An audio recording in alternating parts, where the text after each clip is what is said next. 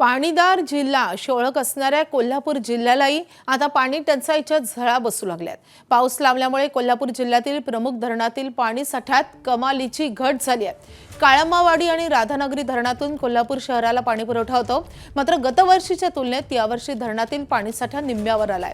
धरणातील पाणीसाठा घटल्यामुळे आणि पाऊस लांबल्यामुळे राधानगरी आणि काळमावाडी धरणातून होणारा विसर्गही थांबलाय। सिंचन विभागाने देखील पिण्याच्या पाण्याला प्राधान्य दिले आणि त्यामुळे शेतीसाठीचा उपसा बंद करण्यात आलाय। कोल्हापूर शहरात देखील आजपासून एक दिवस आड पाणी पुरवठा होतोय। कोल्हापूरचे पालकमंत्री प्रकाश आंबेडकर यांनी नागरिकांना पाणी जपून वापरण्याचं आवाहन केलंय।